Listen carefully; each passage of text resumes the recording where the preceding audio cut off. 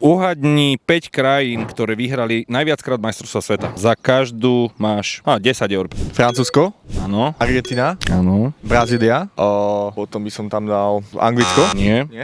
Španielsko. Nie. Ľahká otázka, tu ti nemôžem radiť. Ľahká, Kurník, šopa. Dobre, poviem ti len jednu vec. Tvar čižma. Tvar čižma? Na globuse. Hľadaš krajiny na mape a jedna krajina vo svete má tvar čižmy. Ktorá to je? Hej, zemepis, sme chýbali, že? Keď sa toto učilo. Ty kokos, ja si tipnem, ale neviem, Írsko? Asi nie, čo? To ty sú není taká futbalová veľmoc zase. Neviem ťa trápiť, no Taliansko. Taliansko, Ježiš Maria Bože, ja som sprostý. Ešte mi tu chýba jedna krajina. Hlavne hrávajú v bielých dresoch, k tomu majú ešte čiernu, trošku žltú. Netuším, ale aspoň som to skúsil teda. No dobre, uznám ti 3 z 5. Jasné, ja som Dobre, úplne- takže 30 eur je tvojich. Výhru ti automaticky zdvojnásobím, ak nás sleduješ na sociálnych sieťach. Tak poď. Áno. Máme to sledované, ukážeme. Super, dobre, gratulujeme, 60 eur je tvojich.